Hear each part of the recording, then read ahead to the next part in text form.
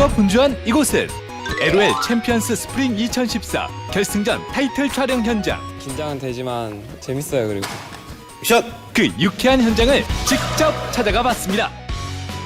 롤챔스 사상 처음으로 결승에 오른 나진실드와 삼성블루. 결승 타이틀 촬영에 익숙하지 않아 긴장한 모습이 역력한데요.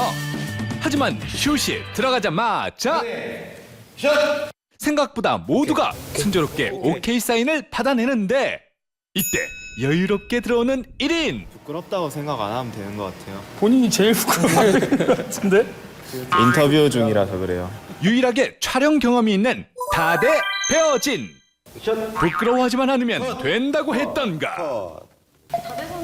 근데 혼자만 연속되는 NG로 민망 부끄. 그리고 여기 또 한 명의 유경험자가 있었으니 나진실드의 와치.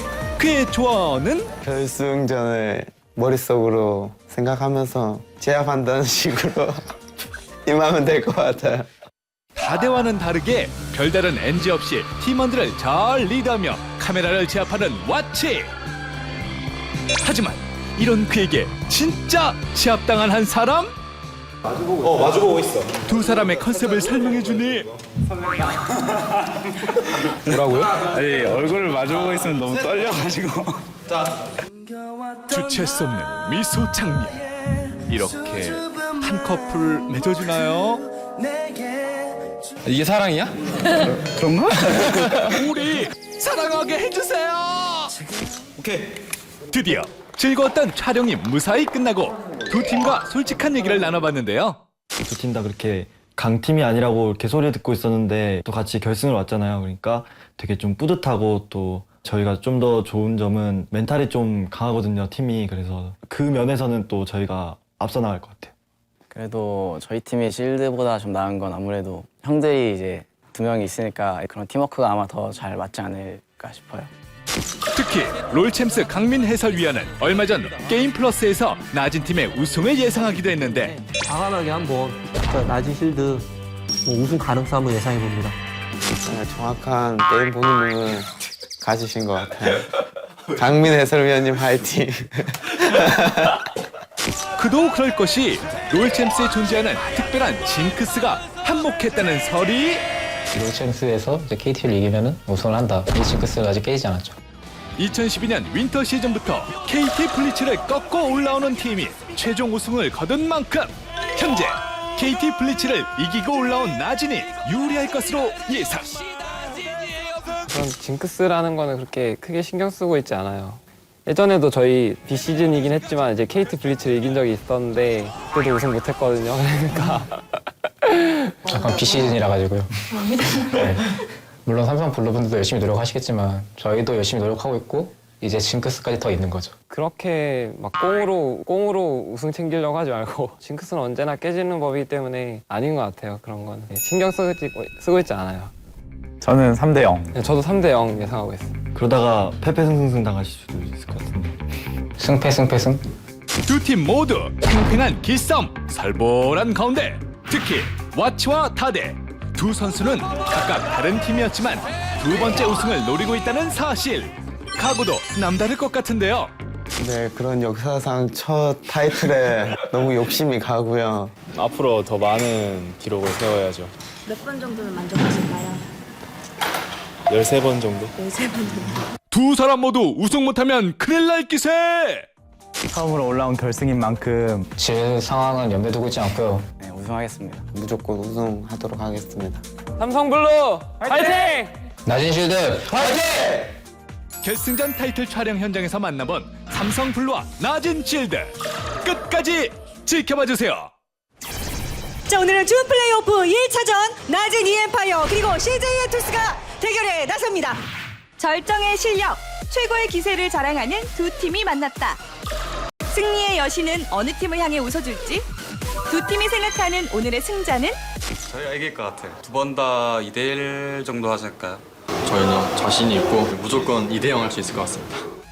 CJ가 이렇게 자신만만한 이유는 따로 있다는데 소두가 지금 리빌딩 상태라서 팀 상태가 별로 좋지가 않은 상태란 말이에요. 그래서 더욱더 저희가 수월하게 이기지 않을까. 바로 준 플레이오프를 앞두고 진행한 낮은 소드의 리빌딩이 그 이유. 소드가 만약에 흔들리면 형제팀의 실드가 더 잘해서 올라갈 수 있도록 열심히 하겠습니다. 세트 스코어 1대1 상황. 3세트에서는 낮은 소드와 실드가 합쳐진 연합팀이 출전. CJ 블레이즈를 상대로 뛰어난 단결력을 자랑하며 팀을 승리로 이끌었는데요. 아니 무슨 리빌딩 하자마자 효과를 보나요 이 팀? 하지만 며칠 뒤 이어진 2차전에서 CJ가 낮이는 2대1로 격파. 마지막 단판전까지 승부를 끌고 가며 드라마틱한 승부 끝에 플레이오프에 진출했는데요. 마지막 경기는 사실 이렇게 잘 낼 줄 몰랐는데 팀원들이 굉장히 잘해줘서 쉽게 올라온 것 같아요. 삼성은 굉장히 강팀이라고 생각하는데 오존이랑 게임하면서 굉장히 좀 배운 것도 몇 개 있단 말이에요. 그래서 이번엔 더 좋은 모습 보여줄 수 있지 않을까 생각하고 있어요. 무결점의 삼성과 전통의 명가 CJ의 숨막히는 대결. 결승 진출자를 가리는 최후의 승부. 그 결과를 다음 주 직접 확인하세요. 아시아를 강타할 새로운 글로벌 리그. 엄청나게 많은 사람들이 왔었고 개막 첫날 500명 이상의 관객 움집. 모든 것이 완벽해.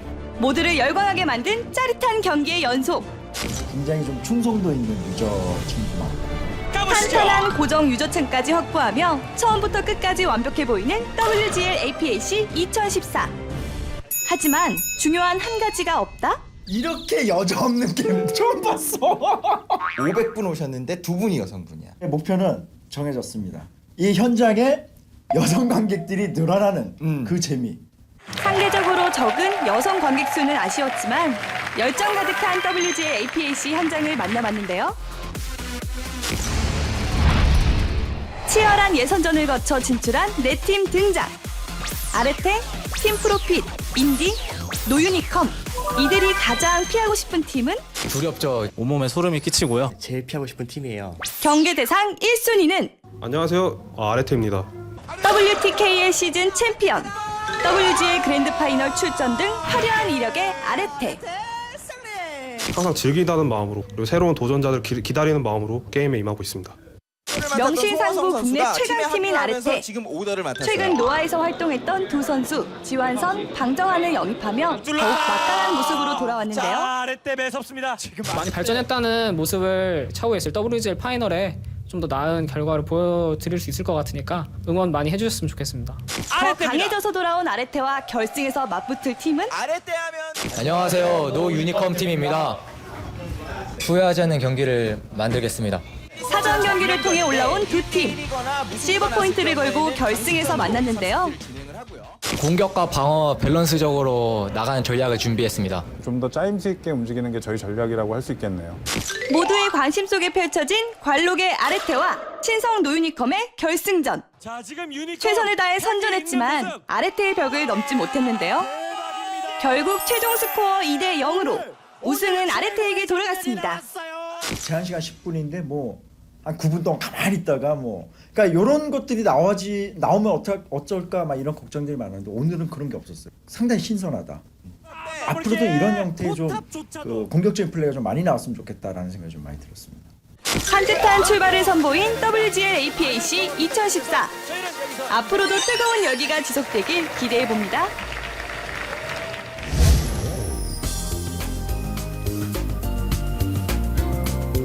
게임을 바라보는 또 하나의 시선, 게임 플러스. 안녕하세요, 권희슬입니다. 그리고 제 옆에는 두 기자님 나오셨습니다. 안녕하세요. 안녕하세요. 네, 한 주간의 솔깃한 e스포츠 뉴스들이 참 많았는데요. 네, 뭐 내일이죠. 롤챔스에서 또 깜짝 뉴스가 발표된다고 하죠. 아, 이현우 해설위원이 네. 또 깜짝 뉴스를 발표한다는데 요즘 뭐 방송하는 게 힘든가요? PD분들한테 굉장히 압박을 받나? 뭐 다시 뭐 선수 돌아간다는 그런 얘기 아닐까요? 정말 많은 분들이 궁금해하고 계시는데요. 사실 저는 알고 있지만 내일 현장에서 직접 확인하시길 바랍니다. 자, 그리고 세계를 뒤집을 만큼 깜짝 놀랄 소식이 해외에서 들려왔는데요. 예, 뭐 이제 e스포츠 대회도 상금 100억 원 시대가 열리게 됐습니다. 그 도타2 같은 도타2의 그 세계적인 대회는 도타2 인터내셔널 2014에서 네. 지금 벌써 누적 상금이 627만 달러, 한국 돈으로 64억 원이 된다 그러는데요. 네. 이게 지금 크라우드 펀딩 방식으로 지금 그 상금을 모으고 있습니다. 사실 그런 면에서 이제 펀딩에 참여한 유저들에게는 뭐 시청권을 준다, 시청권이나 아이템을 주고 또 네네. 종목사인 밸브에게는 또 이렇게 상금이 늘어나는 이익도 있으니까 서로 윈윈인 것 같아요. 그래서 그런 면에서는 좀 우리나라 e스포츠 대회에도 좀 도입을 했으면 하는 그런 생각이 듭니다. 정말 좋은데 우리 한국 e스포츠 리그에서도 긍정적으로 검토를 해봤으면 좋겠네요. 자, 그럼 이번 주 또 다른 게임계 이슈들은 어떤 뉴스가 기다리고 있을지 지금부터 함께 만나보시죠.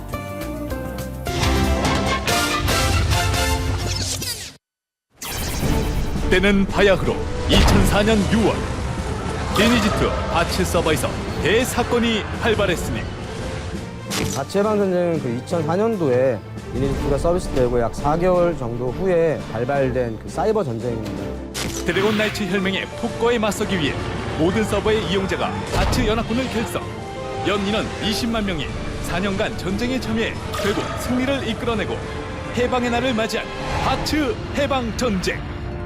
온라인 게임 세상의 시민혁명이라는 평가와 함께 수많은 이슈를 몰고 온 바츠 해방 전쟁을 기념하는 자리가 마련되었는데요. 이날 행사에는 리니지2 열혈 유저로 알려진 백이성이 사회자로 나섰으며 간혹가다 어떤 분들은 너가 무슨 진짜 리니지2를 하느냐 확인해봐라. 뭐 어찌됐든 저는 10년 동안 했었으니까. 참전 용사들과 영웅들이 한자리에 모여 자리를 빛내주었습니다. 통제라는 요소에 대해서 이제 좀 반감들이 있는 사람들이 많았었고요. 그것 때문에 어쩔 수 없이 일어나게 된 전쟁이 아닐까. 힘들고 되게 어려운 시기였지만 뭉쳐서 단결해가지고 보호할 수 있는 그런 계기라고 해야 되나요? 이렇게 숱한 화제를 모으며 4년간 지속되었던 바츠 해방 전쟁. 현재 바츠 서버는 전쟁의 승리를 이뤄 독립, 해방된 상태. 지난 11년을 서비스한 게임인 만큼 에피소드도 많을 것 같은데요. 아이디를 이제 만드는데 뭐 딱히 만들 것도 없고 그래서 내가 백이성이다라고 그걸 아이디를 딱 쳤더니 귓말이 계속 오는 거예요. 네가 진짜 백이성이냐? 그래서 맞다. 거짓말하지 마라. 아 진짜다. 한 며칠 지나니까 막 내가 장동건이다. 내가 원빈이다. 네가 백이성이냐? 뭐 엄청나. 근데 그 캐릭터들이 착한 일 하는 게 아니라 나쁜 짓을 하는 거죠. 이거 안 되겠다. 그래서 에이스부터 전화를 했죠. 아이디 좀 바꿔주시면 안 돼요? 그랬더니 아이디를 바꿨던 기억이 있습니다. 유저들이 직접 역사를 써내려가는 매력의 리니지2는 주요 콘텐츠의 업데이트와 함께 앞으로의 계획도 발표했습니다. 제2의 전성기를 맞으며 새로운 역사를 써나갈 수 있을지 지켜봐주세요. 1999년 99 PKO를 시초로 e스포츠계에 커다란 혁명을 가져온 스타크래프트. 새로운 대중문화로 자리매김하며 수많은 스타 프로게이머들을 배출. 명실상부 최고의 스타 산시림을 입증했다. 하지만 연이어 들려온 정상급 프로게이머들의 충격적인 은퇴 소식. 은퇴 후 좁은 진로폭으로 인해 개인 방송을 선택한 수많은 프로게이머들. 그들을 위해 홍진호를 필두로 서경종, 이두희가 뭉쳤다. 바로 게이머 매니지먼트 홍두 컴퍼니. 최근 최고의 인기를 누리고 있는 만능 엔터테이너 홍진호. 홍두 컴퍼니에 대한 진솔한 이야기를 듣기 위해 홍진호 대표를 찾아가 봤다. 네, 안녕하세요. 반갑습니다. 홍진호입니다. 네, 안녕하세요. 전 프로게이머 서경종입니다. 반갑습니다. 특히나 이제 그 프로게이머들이 은퇴하고 나서 또 이제 그만두고 나서 그 이후의 진로나 향후 거취에 대해서 거의 불투명하잖아요. 그 친구들을 가지고 있는 그런 가치, 그런 것들을 최대한 활용해서 우리가 뭔가를 만들어보자. 그런 취지로 건설을 하게 됐습니다. 해외에서 활동하고 있는 이재동 선수, 김태경 선수를 비롯해서 13명의 선수들이 소속이 돼 있고요.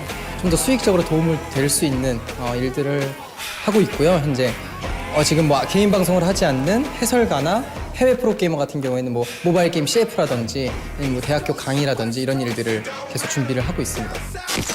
또한 게이머들을 위한 활동뿐 아니라 추억을 그리워하는 팬들을 위해 홍두 스타즈 파티도 개최한다고 하는데요. 스타크래프트 1을 플레이하기를 원하고 또는 이제 관람하기 원하고 이런 분들이 많다는 걸 알고 있기 때문에 앞으로 지속적으로 이걸 하자 그렇게 이제 계획을 해왔었어요. 그래서 이번에 두 번째 하는 거고. 네, 그럼 여러분 6월 9일 홍두 스타즈 파티에서 온게임의 생중계로 다시 뵙도록 하겠습니다. 그날 봬요. 안녕히 계세요. 항상 따뜻한 격려와 힘을 주는 스타 팬들을 위해 한 걸음씩 앞으로 나아가는 콩두 컴퍼니. 그로 인해 더욱 발전하는 e스포츠의 모습도 기대해주세요. 내가 몰랐던 엄마의 모바일 게임 실력, 놀라운 아빠의 마우스 컨트롤까지 온 가족이 하나 되는 축제이자 가족 e스포츠 페스티벌. 가족들이 게임을 통해서 소통을 하면서 서로의 어떤 이해 폭도를 좀 더 넓힐 수 있고 그러면서 게임에 대해서 좀 더 긍정적인 어떤 생각을 가질 수 있도록 해보자라는 취지에서 처음 기획이 돼서 만들어졌습니다. 그래서 올해 2회째를 맞이하고요. 2014 가족 e스포츠 페스티벌은 작년보다 더 큰 규모로 종목 역시 늘어났다고 하는데요. 이번 가족 페스티벌 작년에 비해서 조금 더 많은 예산도 투여가 되고요. 종목도 4개에서 좀 더 가족들이 즐길 수 있는 인기 있는 게임 6종목으로 확대가 됩니다. 이런 부분이 작년보다는 한 단계 좀 성숙하고 발전한 부분이 아닌가 싶습니다. 화려한 무대 공연과 코스프레, 팬사인회 등 풍성한 행사들도 준비되어 있는데요. 캐주얼하고 좀 단순하고 재밌는 게임들도 많습니다. 또 아이들의 시각에서 한번 이런 게임들을 봐주시는 것들도 새로운 어떤 아이들을 이해하는 계기가 되지 않을까 싶습니다. 예, 많은 참가 부탁드립니다. 2014 가족 e스포츠 페스티벌 현재 공식 홈페이지에서 참가 신청을 받고 있으니 6월 가족과 함께하는 게임 축제 같이 즐겨요. 네, 이번 주에도 정말 많은 이슈들이 있었는데요. 조금 무거운 소식도 있죠. 중도법을 발의한 신인진 의원이 지금 연일 중도법 반초를 위해서 움직이고 있습니다. 21일 서울 디지털 포럼에 기조연설로 나와서 중도법은 시를 위한 법이라고 계속 강조를 하시는 그런 장면이 나왔었고요. 또 22일에는 어저께였죠. 국회에서 또 20인의 어떤 중도법 관련 20인 토론을 개최해서 중도법을 갖다가 통과시키기 위해서 굉장히 노력하고 계십니다. 근데 법안에는 분명히 게임을 마약과 도박 같은 중독 물질로 보고 있는 그거는 문자로 돼 있는 거거든요. 근데 이렇게 그냥 강변을 한다고 해서 되는 건지 참 걱정스럽고요. 그런 법안 자체가 게임을 중독 물질로 구분을 짓는다는 그런 편파적인 시각을 줄 수 있다는 것을 다시 한번 생각해 보셨으면 합니다. 네, 게임을 사랑하는 또 한 명의 유저로서 참 안타까운 소식입니다. 자, 그리고 요즘 엑셀 게임즈의 문명 온라인을 기대하시는 분들이 정말 많다고 들었습니다. 예, 아까 지금 김진욱 기자가 말씀을 하셨듯이 거기 그 포럼에서는 송정현 대표가 나왔잖아요. 사실 그래서 송정현 대표가 게임 중독에 대한 부분들 현상을 보지 말고 원인을 한번 보자라는 사실 그런 중요한 얘기를 했고 여러 가지 얘기를 했었는데요. 어쨌든 저희 송정현 대표가 저희 게임 플러스의 GP풀에 출연하지 않았습니까? 거기서 시드마이의 문명을 온라인으로 하는 문명 온라인에 대해서 설명한 적이 있었는데요. 다음 주에 그 넥슨 개발자 컨퍼런스가 있는데 거기서 문명 온라인에 대해서 자세히 설명을 한다 그러니까요. 한번 기대해봐도 좋을 것 같습니다. 네, 다음 주 G 리포트 또 어떤 소식들이 기다리고 있을지 기대 많이 해보도록 하겠습니다. 자, 이렇게 해서 게임 플러스 1부는 여기까지인데요. 한 주간의 게임 순위를 알아보는 G랭크 함께 하시면서 잠시 후 2부에서 G피플과 G테스터 만나보도록 하겠습니다. 잠시 후에 올게요.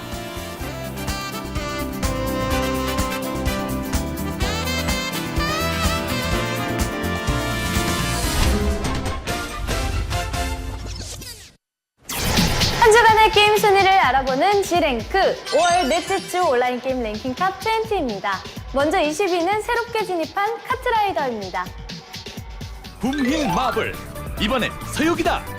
주 4위만 굴리면 손오공, 삼장 등 다양한 아이템들이 팡팡팡. 내내 잠들어 있던 카트라이더의 화려한 부활. G랭크 진입에 성공, 20위에 안착했습니다. 계속해서 19위는 스타크래프트2, 18위는 에오스, 17위는 메이플 스토리, 16위는 테라, 15위는 스페셜 포스입니다. 스페셜 포스 행운 찾기 대회 시작! 네잎클로버만 모으면 3가지 선물 상자가 내 손안에. 아기자기한 이벤트로 순위 한 단계 상승. 스페셜 포스가 15위. 다음은 14위 월드 오브 워크래프트, 13위는 리니지2, 12위는 워크래프트3, 11위는 사이퍼즈, 10위는 리니지입니다. 용사들이여, 전사의 부름에 응답하라. 특별한 혜택과 블링블링한 장비를 받아야 업데이트 준비 끝. 새 단장 중인 리니지, 다음 주 순위 기대할게요. 9위는 던전 앤 파이터, 8위는 블레이드 앤 소울, 7위는 스타크래프트가 차지했고요. 6위는 이카루스, 5위는 아이온입니다. 지금껏 상상도 못한 대규모 전투가 시작된다. 아이온 대침공 업데이트. 4가지 신규 지역 오픈과 어마어마한 몬스터들의 대거 등장. 박진감 넘치는 전투에 대한 기대감으로 아이오닉 5위. 다음은 4위 피파 온라인 3, 3위는 디아블로 3, 2위는 서든어택입니다. 그렇다면 과연 이번 주 1위의 주인공은 119번째 신규 챔피언 브라움을 업데이트한 리그 오브 레전드입니다. 다음은 모바일 게임 순위입니다. 먼저 10위는 세븐나이츠입니다. 모바일 MMORPG 춘추 전국시대를 제패한 세븐나이츠. 탄탄한 스토리와 수백 명의 캐릭터, 누구나 쉽게 즐길 수 있는 간편한 전투 방식까지. G랭크에 첫 진입한 세븐나이츠가 10위. 계속해서 9위는 애니팡, 8위는 포코팡, 7위는 애니팡 4천성, 6위는 몬스터 길드 리기, 5위는 블레이드입니다. 전투 또 전투. 원 레벨업에 지친 유저들을 위한 휴식 공간의 등장. 블레이드 광장 업데이트. 새로운 만남의 장소로 실시간 소셜 기능이 진화. 순위도 함께 진화하며 5위를 차지했습니다. 다음은 4위 모두의 마블, 3위는 애니팡2, 2위는 캔디 크러쉬 사가입니다. 그럼 이번 주 1위는 어떤 게임이 차지했을까요? 쿠키런 캐릭터가 등장하는 신작을 공개. 사전 예약 100만 명을 모집한 쿠키런이 지난주에 이어서 1위에 올랐습니다. 5월 넷째 주 G랭크, 지금까지 온라인 게임과 모바일 게임 순이었습니다.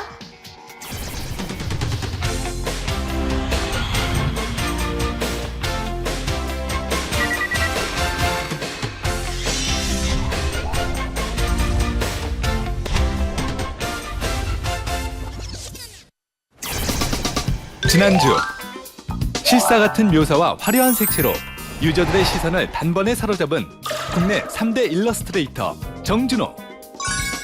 오늘은 어떤 이야기를 가지고 유저들의 눈과 귀를 사로잡을지 궁금한데요. 리니지2 일러스트레이터 정준호의 모든 것. 그 두 번째 이야기.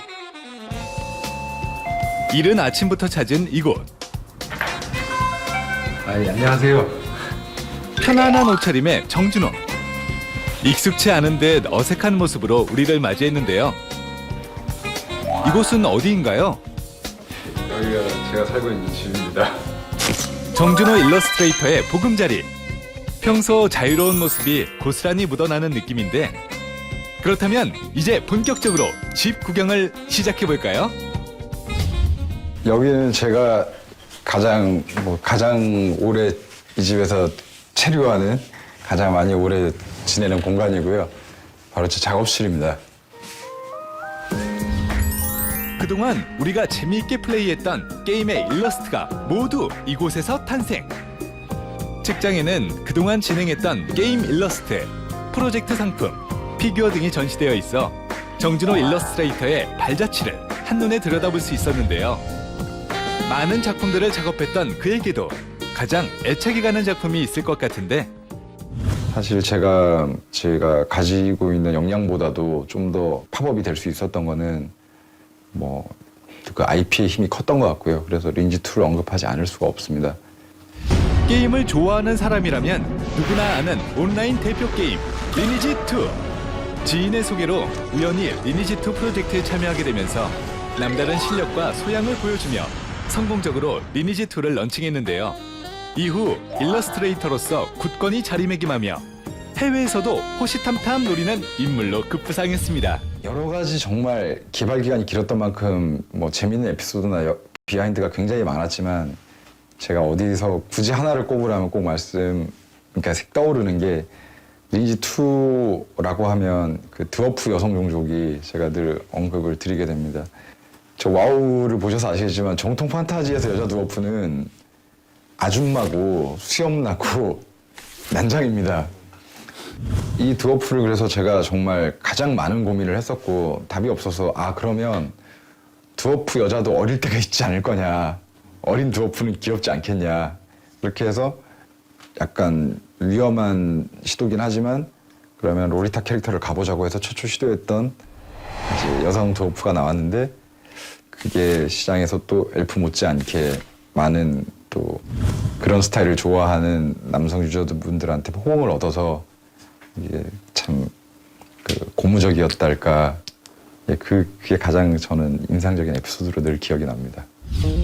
이곳에서 보냈던 시간이 있었기에 유명한 작품들이 대거 탄생할 수 있던 것. 이렇게 오랜 작업을 하고 난 뒤에 그가 꼭 찾는 방이 있다고 하는데요. 예, 이 방은 저희 집 중에서도 가장 좀 독특하고 코어한 방이라고 할 수 있는데요. 제가 취미 생활을 하는 제 장난감 방입니다. 방 안을 가득 메운 압도적인 비주얼의 장난감들. 모두 유년기 때부터 모아온 소중한 보물입니다. 뿐만 아니라 도색 전문 장비까지. 그림 그리는 걸 좋아해서 이런 일까지 하게 됐을 정도니까요. 늘 어디 처박혀서 많이 그냥 그림만 그렸던 것 같아요. 이제 애니메이션 보는 거, 만화책도 저희 대 때는 만화책 보는 거 좋아했고, 그리고 또 본인이 그 어릴 때부터도 이런 직업이나 이런 개념이 없이 그저 그림 그리는 게 좋아서 그냥 구석에서 계속 이런 식으로 장난감 만들고 그림 그리고, 그렇게 유년기는 그런 기억밖에 없었던 것 같아요. 어릴 적부터 이어진 이러한 취미가 밑바탕이 되어 지금의 정준호를 만든 건 아닐까요?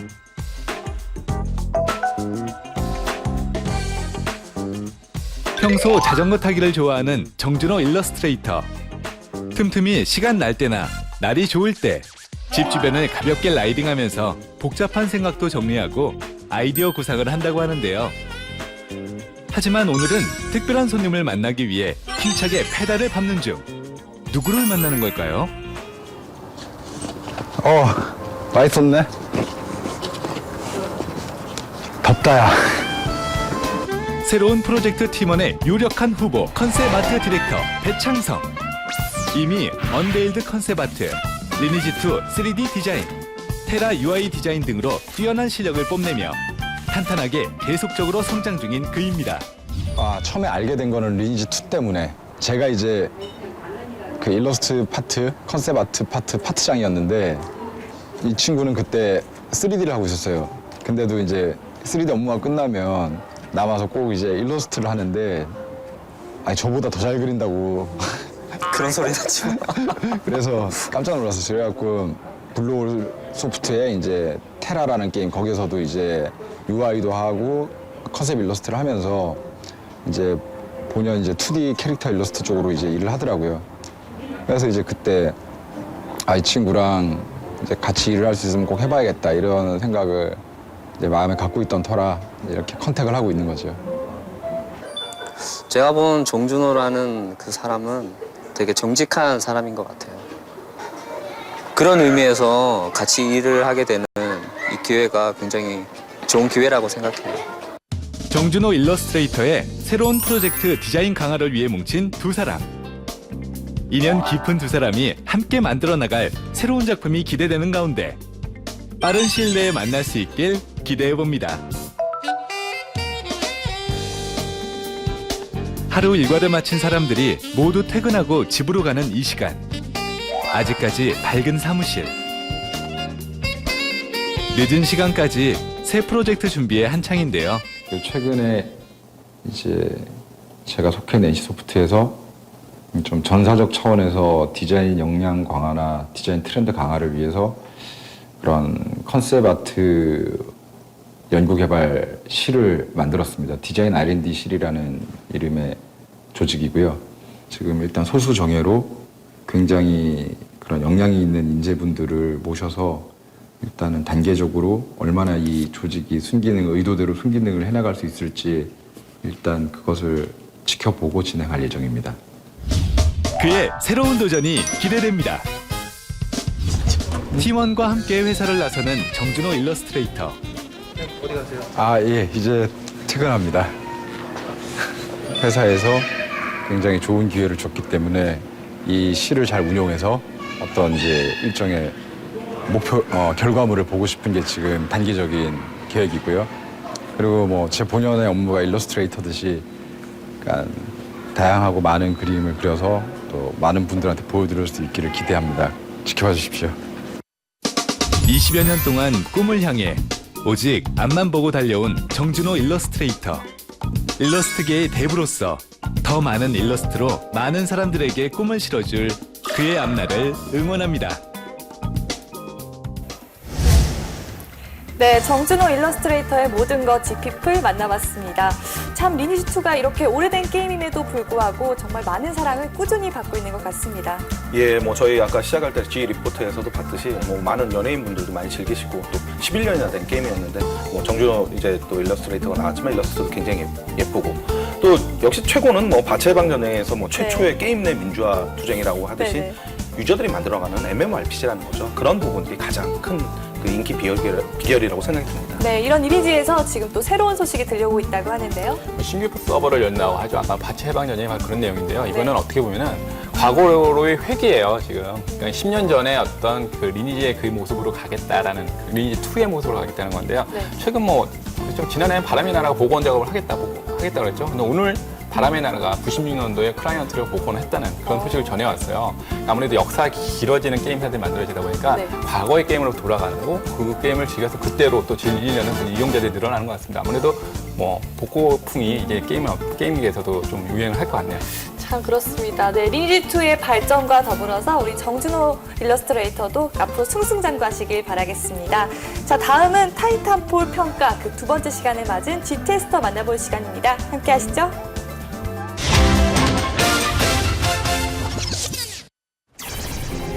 높은 퀄리티와 뛰어난 연출력으로 영화 같은 비주얼을 보여준 타이탄폴. 하지만 접근 방식부터 튜토리얼까지 조금은 아쉬운 모습을 보이기도 했는데, 지난주 끝나지 않은 파크로 관련 이야기부터 계속해서 들어보자. 타이탄폴의 접근성. 파크로에서 무슨 이야기를 도출해낼 수 있냐면은 하이퍼 FPS예요. FPS의 갈래가 두 가지가 있습니다. 하이퍼 FPS, 이거 다른 말로 고전 FPS라고도 불러요. 쉽게 말해서 퀘이크류입니다. 영어로는 퀘이크 라이크라고도 해요. 퀘이크류. 그리고 이제 다른 한 갈래는 이제 모던 FPS라는 표현을 또 이제 가끔 쓰기도 하는데, 이거는 또 이제 콜 오브 라이크라고 또 외국에서는 불러요. 이제 요즘 게임들은 이제 콜 오브 스타일처럼 상당히 리얼한 쪽으로 가고, 과거 FPS 게임들은 이제 리얼보다는 하이퍼 FPS, 어떤 다양한 액션을 보여준단 말이죠. 리얼리티하고는 좀 거리가 있지만. 지금 이 파쿠르라는 동작도 리얼리티보다는 하이퍼 FPS를 대변하는 그런 동작들이에요. 이건 또 어디 뭐하고 이야기가 이어지냐면은 자기 컨트롤 실력에 따라서 이 컨트롤을 못하는 사람과의 실력 격차를 많이 벌릴 수 있다는 소리예요. 제가 그랬어요. 1레벨 딱 들어갔는데 50레벨 만난 거야. 분명히 나는 그동안 류를 따지자면 모던 FPS를 즐겼던 사람이라서 에임 딱 맞추고 쏘려고 했더니 2단 점프를 공중에서 해버려. 그러면은 내가 에임이 흔들리면서 오히려 내가 죽게 되는 상황이 벌어져요. 이 조작을 할 줄 알면은 되게 쉬워지고, 이 조작을 할 줄 모르면은 되게 불리해진다는 뜻이에요. 대표적인 예가 퀘이크에서의 그 로켓 점프거든요. 로켓 점프를 쓸 줄 알고 쓸 줄 모르고 하고는 실력 차이가 천양지처럼 벌어졌단 말이에요. 전체적인 조작이 어렵지는 않아요. 그런데 이거를 어떤 식으로 활용하느냐에 따라서 달라지는 건데, 나랑 비슷한 레벨대에 비슷한 생각을 가지고 들어온 유저들끼리 그렇게 한다고 하면 그건 전혀 문제가 안 돼요. 그건 하다 보면 늘 거니까. 그런데 여기에 포커스는 내가 1레벨 때 50레벨, 그러니까 이 사람들은 어디에서 이중 점프를 해야 되는지, 어디에서 뭘 해야 되는지, 그리고 타이탄 같은 경우도 떨어지면 뭔가 그 이펙트 하면서 거기서 데미지를 준다고요. 그러니까 뭔가 AI들이 많이 쏟아진 지역이라던가 난전인 지역에서 V키 눌러놓고 기다렸다가 떨어지면 그걸 전략적으로 상대방을 잡을 수 있는 그런 다양한 그런 요소들이 있어요. 전략적으로 사용할 수 있는 것. 그것들을 1레벨부터 다 알 수 있게 해달라는 게 아닙니다. 모르면은 모르는 애들끼리 재밌게 만나서 놀게 해주면 되는 거예요. 그렇죠. 그래서 이걸 해결할 수 있는 게 뭐냐면 온라인 게임에서는 바로 오토 매치 메이킹이에요. 줄여서 오토 매칭. 최근에는 스타크래프트 2나 LOL에서 보여주는 풀 오토 매치 메이킹, 풀 매칭 방식으로 이제 바뀌었지 않습니까? 정말 실력 비슷한 사람끼리만 붙여준단 말이에요. 그 부분이 너무 취약해요. 실제로 저 처음에 1렙 때 상대편에 50레벨이 3명이 있었어요. 맞아요. 그래서 총을 쏘려고 해도 쏠 수가 없어. 그리고 나는 이게 분명히 튜토리얼에서 튜토리얼을 한 번 하고 오지 다시 한 번 가진 않잖아요. 그렇죠. 튜토리얼을 하고 들어갔는데 막 여기서 날아다녀. 쿠키가 뭐였지? 갑자기 생각도 안 나. 그렇죠. 그나마 해주는 게 이거예요. 자, 니네 팀에 50렙 2명, 니네 팀에 2명, 니네 팀에 1렙 3명, 니네 팀에 1렙 3명. 어떻게 보면 서로 비슷한 실력의 팀으로 구성이 되어 있지만 사실 저 렙들이 50렙들이랑 같은 방에 있다는 것 자체가 이건 실패한 매칭이라는 뜻이에요. 맞아요. 절대로 그 사람들의 자기 역량을 발휘할 수가 없다고, 그런 고수들 사이에서는. 전체적인 조작은 그닥 뭐 어렵진 않지만 그 쓰임새를 알랑가 몰라. 게다가 밸런스 공개 수준의 매치메이킹에 하소연만 늘어가는 가운데 이제 본격적인 컨텐츠 평가만을 앞두고 있다. 과연 타이탄폴의 진면목을 보여줄 수 있을지. 타이탄폴의 컨텐츠. 그래도 나름 타이탄폴이 처음 발표되었을 때부터 나름 타이탄폴이 걸어온 길을 옆에서 밀착 마크하면서 좀 게임을 즐겨봤던 유저라고 자부를 하고 있거든요. 스토킹. 나름 그렇게 열심히 플레이해보면서 꿈을 품었던 게 있어요. 그게 뭔가요? 왜냐면은 베타 때까지만 해도 계속 멀티만 즐겼어요. 멀티플레이만. 다른 유저들하고 하는 걸 했죠.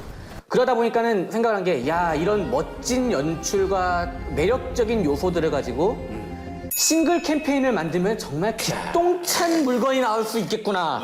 게다가 또 이분들이 굉장한 걸 만드셨던 분들이잖아요. 그렇죠. 기대치가 미친 듯이 올라갔던 거예요. 콜 오브 듀티 시리즈를 만들었던 인피니티 워드의 핵심 멤버들, 콜옵보다 조금 떨어지더라도 그에 준하는 좀 멋진 캠페인이 나오겠지. 기대를 했는데. 기대했는데 기대치에 못 미쳤다는 얘기군요. 못 냉무지, 냉무. 이렇게 배신을 때릴 수도 있구나라는 느낌? 아니 뭐 반전이지 나름 반전 스토리잖아. 기대고 자시고 뭐가 있어야지. 그냥 있어요. 내용은 있어. 캠페인에서 뭔가 계속 얘기를 해요. 근데 우리는 한국인이고 그분들은 외국어를 쓰시잖아요. 그래서 기본 옵션에는 자막이 안 나와요. 이렇게 켜줘야 되잖아. 저는 자막이 안 나와서 이게 좀 자막을 켜서 스토리를 좀 이해를 하면서 해볼까? 켰는데 더 정신없어. 여기 이만큼 화면 반 가려고 이게 뭔지. 어쨌든 그럴 정도로 유저분들이 캠페인을 한다고 하는데 이건 내가 캠페인을 하는 건지 스토리가 있기는 한 건지 도대체 나는 무엇 때문에 무엇을 가지고 싸우는 건지 모르겠다는 거예요. 아니 근데 기본적으로 일단 캠페인 모드라고 하면은 혼자서 싱글 플레이로 뭘 해야 되잖아요. 그렇지. 당연히 그걸 생각하고 있는데 근데 그런 모드가 있긴 있어요. 캠페인 모드라고 분명히 존재했는데 나는 뭔가를 혼자 해본 적이 없어요. 냉무. 아니 왜 없는 거예요? 그럼 우리는 캠페인 모드를 어떻게 즐기고 있었습니까 지금까지? 근데 이게 기획자들이 이런 생각을 했을 거예요. 맨날 판에 박힌 이 배치, 요 코너를 돌면 누가 나와서 나를 총으로 노리고 이거를 벗어나서 진짜 각본 없는 드라마를 만들어보자 그래갖고 자 유저들끼리 이 캠페인을 구성하는 걸 하면 어떨까? 야 기획적으로 너무 참신한 기획인 거예요. 나름 참신하다고 생각했겠죠 스스로는. 그렇죠. 그럼 만들어 놓고 보니까 일단 템포를 자기가 조절해가면서 진행을 할 수가 없잖아요. 기다려야 돼 일단 들어갈 때까지. 딴 사람이 들어와야죠. 그러니까 상대방 적군 역할을 해준 플레이어가 들어와야 되잖아요. 그렇죠. 어느 정도 우리가 캠페인에서는 실력을 쌓아나가는 단계가 돼야 되잖아요. 조금씩. 일종의 튜토리얼 역할도 하니까. 그렇죠. 튜토리얼 과정을 거치고 나서 그 다음에 이제 험난한 전장 멀티플레이어 가서 이제 당하고 당하게 하고 이런 재미인데 야 이거 뭐 시작부터 그냥. 그러니까 아이디어 자체는 참신했는데 뭔가 즐길 거리는 그 안에서 아무것도 없습니다. 그러니까 나는 AI가 아니라 사람이랑 싸우다 보니까 무언가 일반 멀티플레이에서는 나오지 않는 그 스토리적인 내용들이 표시가 되고는 있습니다만 그걸 즐길 시간적인 여유조차 전혀 없어요. 그러니까 애시당초 캠페인 모드라는 게 없다고 봐도 돼요, 이 게임은. 그러니까 이게 문제가 있어. 초보 유저를 위한 그런 싱글 플레이 없다는 거. 타이탄이라는 것을 통해서 초보 유저들도 뭔가 전장에 기여를 할 수 있는 부분을 만들어둔 거는 굉장히 좋아요. 그리고 더 나아가서 파일럿이라는 인간과 그리고 타이탄이라는 기계 둘이 맞붙었을 때 얘네가 싸울 수 있을까? 밸런스가 어느 정도 맞춰졌을까에 대한 그런 뭐랄까 걱정도 있었어요, 사실은. 밸런스 근데 괜찮았어. 말씀하신 대로 로데오 공격이라던가 그리고 사실 플레이어한테는 은폐라는 기능이 다 보여요, 지나가는 게. 근데 타이탄을 타고 있는 유저한테 은폐를 했을 땐 잘 보이지 않아요. 그러니까 이런 식으로 어느 정도의 그 밸런스를 조절을 해놔서 파일럿도 타이탄을 공격할 수 있고 타이탄도 짓누르거나 뭐 아니면 총을 쏘거나 밟거나, 심지어 밟을 수도 있어. 이렇게 해서 다운시킬 수 있는 그건 인정합니다. 진짜 좋아요. 나름 참신했던 싱글 플레이. 하지만 멀티플레이와 그렇게 뭐 다른 게 있었던가? 하지만 이와 달리 1대1 밸런스는 합격점을 받은 상태. 그 밸런스 어디 한번 얼마나 잘 맞는지 한번 게임으로 풀어봅시다. 타이탄폴이 멀티플레이를 지향하고 있는 만큼 저희가 실제로 멀티플레이를 한번 즐겨보죠. 이번에는 저희가 같은 팀인 건가요? 그죠? 넷이 같은 팀인 거지. 여기다가 2명 더 껴갖고 6대6으로. 들어와. 참고로 여기 저 한 분이 우리 팀 오지 말라고 시키드나?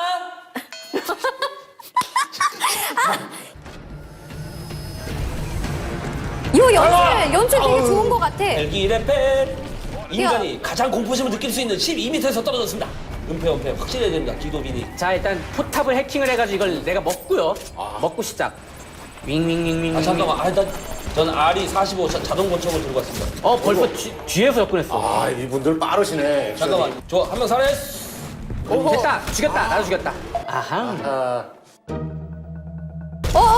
내가 죽게 1번 지켜야 내가 죽게 생겼다.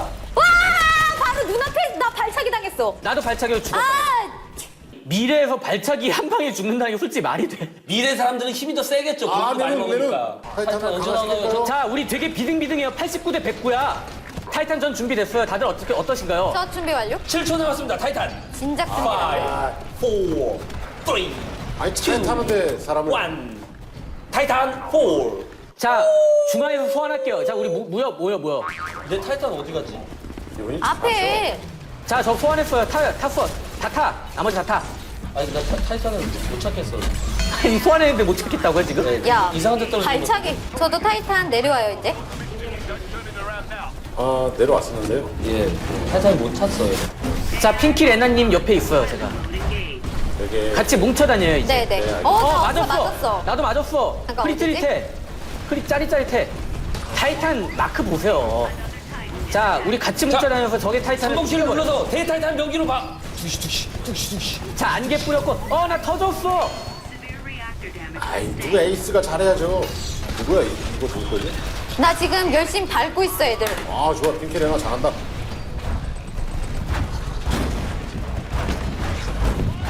나이스. 난 묻어간다. 내가 제가 점프킥으로 지금 상대방을 죽였어요. 나이스다. 오, 되게 잘 런쳤다. 잘하는데? 자, 바로 타이탄 소환. 자, 타이탄 소환했어요. 적군의 배후를 노려서 V 누르면 타이탄 강화. 타이탄. 쳐야 돼. 쳐야 되는데 어디야? 어디서 나고? 출발. E 눌러서 탑승. 쿼드로켓 발사하여 적 미니언들을 사살하겠습니다. 좋아. X키를 눌러서. 터져라! 죽였다! 오케이. 이게 타이탄이 내 타이탄이 다 떨어지면은 죽으면은 이게 능력 중에 핵폭발이 있어요. 그렇지. 죽을 것 같으면은 적 타이탄에 붙어가지고 죽으면 돼요. 그게 끝났다. 탈출 준비. 난 탈출에 성공하겠어. 지금 나 있는데. 자, 이 게임이 정말 재밌는 게 진다고 해서 다 진 게 아니잖아. 탈출 성공하면 살 거야. 그래도 점수는 벌 수 있다고. 탈출에 성공하면. 자, 어디로 탈출해야 됩니까? 위치를 알려주십시오. 분대 장길. 맵에 헬기 표시된데 저기로 가면 탈출 성공. 그렇지. 역시. 근데 다들 저기 수성선을 돌진하기 때문에. 일자로 개들은 뿌리고 있잖아. 뿌리고 나 저 제대로 걸렸네 아니 그냥. 근데 좀 어머 좀 해주라고. 나 탈출 좀 하고. 나 이미 죽었는데? 나 탈출하기 전에 적 타이탄을 죽이고 가려고 했는데 젠장. 울지 마요. 이렇게 뭐랄까 혼자 할 땐 좀 그렇긴 한데 넷이서 같이 하니까 되게 재밌다. 신나게 멀티플레이를 즐겨본 G 테스터. 타이탄을 향해 적을 향해 일제히 맹공격을 퍼부어봤지만 저기 누구 스나이퍼 본 사람 혹시 없는 건 아니겠지? 타이탄폴의 총기류를 알아보자. 사실 이 게임에 우리 기존 FPS에 보면 병가 다 나눠져 있어요. 여기에 보면 뭐 대놓고 병가를 나눠 놓지는 않았지만 저는 조금 불만인 게 총기가 저격총이 있고 근접총이 있고 나눠져 있음에도 불구하고 이 게임은 너무 빠르기 때문에 뭐 저격을 할 수가 없어. 전 정말 행복해요. 그래가지고 저격수가 없어. 왜 이렇게 행복하지? 행복한데 기본적으로 FPS를 즐기는 유저들은 하나하나 끊어먹는 그런 재미를 느끼시는 분들이 굉장히 많아요. 그리고 순줌이라고 해서 내가 움직이면서 동시에 바로 쏴서 상대를 한 킬에 잡아버리는 그런 재미를 굉장히 크게 느끼거든요. 유저들은 거기에서 나 좀 쏴! 자부심을 느끼는 유저분들이 굉장히 많은데 여기서는 그거를 즐길래야 즐길 수도 없고 즐긴다 하더라도 금방 죽을 수밖에 없어요. 총기류들이 제가 좀 얘기하고 싶은 건 좀 단순하다고 해야 될까요? 저격총이라고 해서 여러 가지 그렇죠. 베리에이션을 갖다 제공을 해가지고 여기서 고르세요. 이러지 않는 게 매니아들은 좀 실망할 수 있을 것 같은데. 저는 사실 그런 걸 되게 바라거든요. 총기가 다양하게 있어서 똑같이 스나이퍼 라이플이라도 종류가 많아. 위력과 뭐 거리, 유효 사거리, 뭐 반동 뭐 이런 걸 다 고려해서 야 내가 요걸 하다 안 됐으니까 다음번엔 이걸로 바꿔볼까?라고 해서 밀리터리 물에서는 좀 그런 거를 이제 그렇지. 잡아가는 기분이 있잖아요. 근데 이거는 그냥 야 요 타이탄 있으니까 요걸로 그냥 참아라. 그래서 그냥 조금 주고 마는 것 같아서. 그쵸. 야 나중에 이거 혹시 총기팩을 DLC로 파는 거 아닐까? 그럼 살 것 같아서 불안해. 그래, 충분히 그럴 수 있어요. 저는 근데 오히려 단순해서 좋았어요.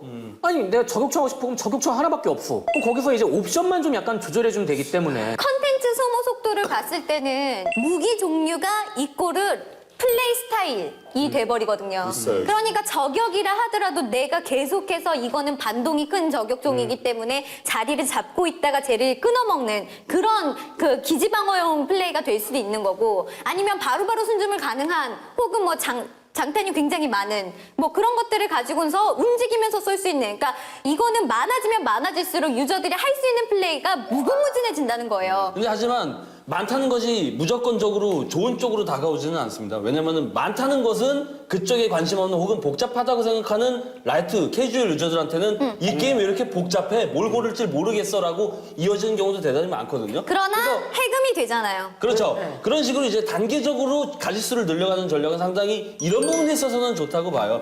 처음부터 많은 것을 제공하지 않아서 좋다고 생각하는 부분이 분명히 있었습니다. 아이고 총기가 다양했다면 더 전략적인 플레이가 가능했을 텐데 하는 안타까움이 묻어나는 가운데 타이탄폴의 핵심 컨텐츠 타이탄은 과연 어떨지 그 모습과 종류들을 알아보자. 저도 그게 있어요. 그 총기들도 수가 그렇게 많지 않은데 전 정말 좋았다고 생각한 건 타이탄이에요. 세시라고 하죠. 그러니까 기본 틀 꼴랑 3개예요. 오거 그리고 스트라이더 뭐 아무튼 3가지예요. 아틀라스였다. 아틀라스. 제 인생의 게임 중에 하나를 고르라고 하면 그 중에 하나는 맥워리어가 들어가 있어요. 그만큼 메카닉 게임을 정말 미친 듯이 좋아하고 이 메카닉을 딱 조합하고 뭐 어떻게 짜 맞추고 이런 걸 정말 좋아하는데 이게 만약에 제가 메카닉에 관심이 없는 유저였다라고 생각하면은 저같이 이게 뭐예요? 이거 사람이 하라고 만든 게임 맞나요? 이 소리가 바로 나올 정도로 진짜 정통 메카닉 같으면은 굉장히 복잡하고 어렵거든요. 근데 이 타이탄폴은 메카닉 게임임에도 불구하고 그 가짓수가 딱 3개를 완전히 제한을 하고 주무기도 다 합쳐봐야 5개, 6개 되나? 그 정도로 작아요. 메카닉을 좋아하는지 안 좋아하는지 일단 논외고 그냥 FPS 게임을 해보고 싶다라고 하는 유저면은 얼마든지 접근할 수 있다.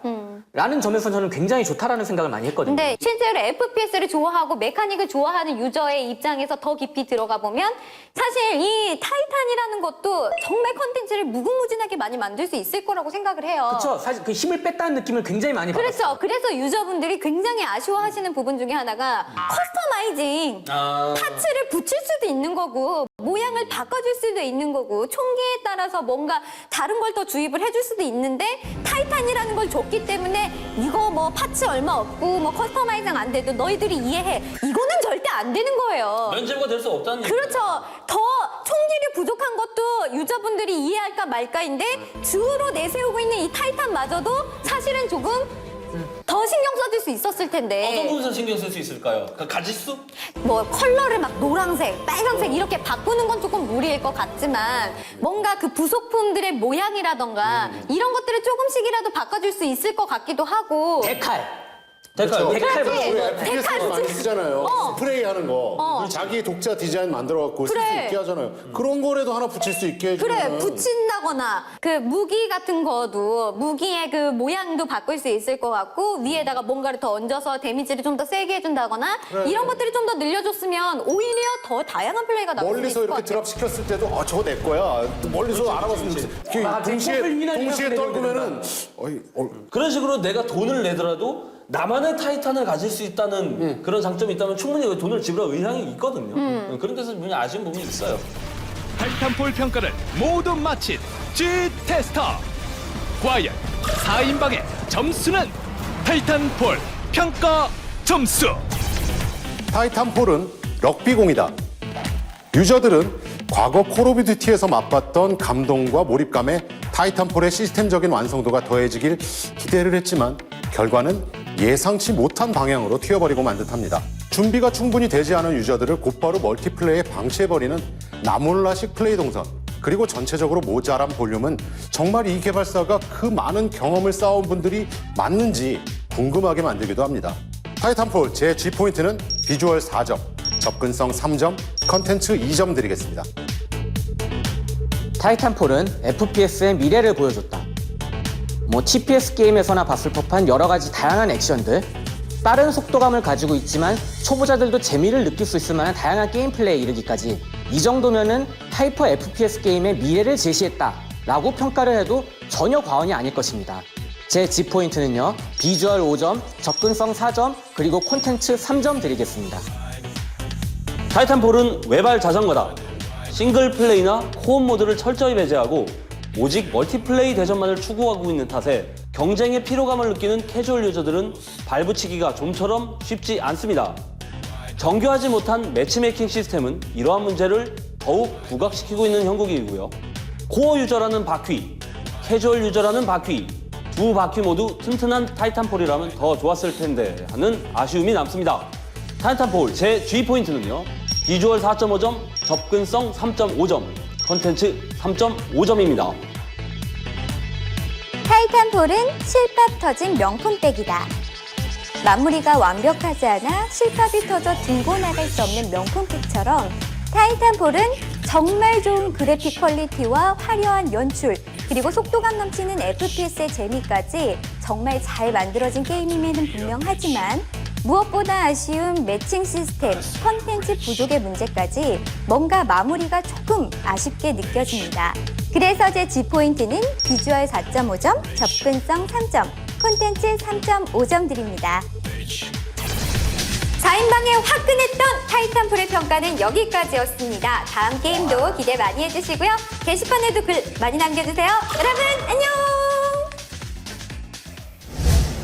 네, 이렇게 해서 게임 플러스 오늘 저희가 준비한 소식은 여기까지입니다. 어떠셨어요? 구성도 좀 매일매일 바뀌고 있고요. 오래간만에 2의 패키지 게임을 또 올려놓으니까 굉장히 신선했습니다, 이번. 네, 남 기자님은요? 예, 이제 롤챔스 결승전도 있고 롤 마스터즈도 있고 가족 e스포츠 페스티벌도 있고요. e스포츠 매력에 한동안 좀 빠지셨으면 좋겠습니다. 네, 금요일에 만나는 생방송 게임 플러스 저희 방송 종료 후에도 다음 스포츠 스페셜 연재 페이지와 아프리카 TV 게임 플러스 관에서 각 영상 다시 볼 수 있으니까 많이 사랑해 주시길 바랍니다. 그럼 저희는 여기서 이만 인사드리도록 하겠습니다. 함께해 주신 여러분 고맙습니다.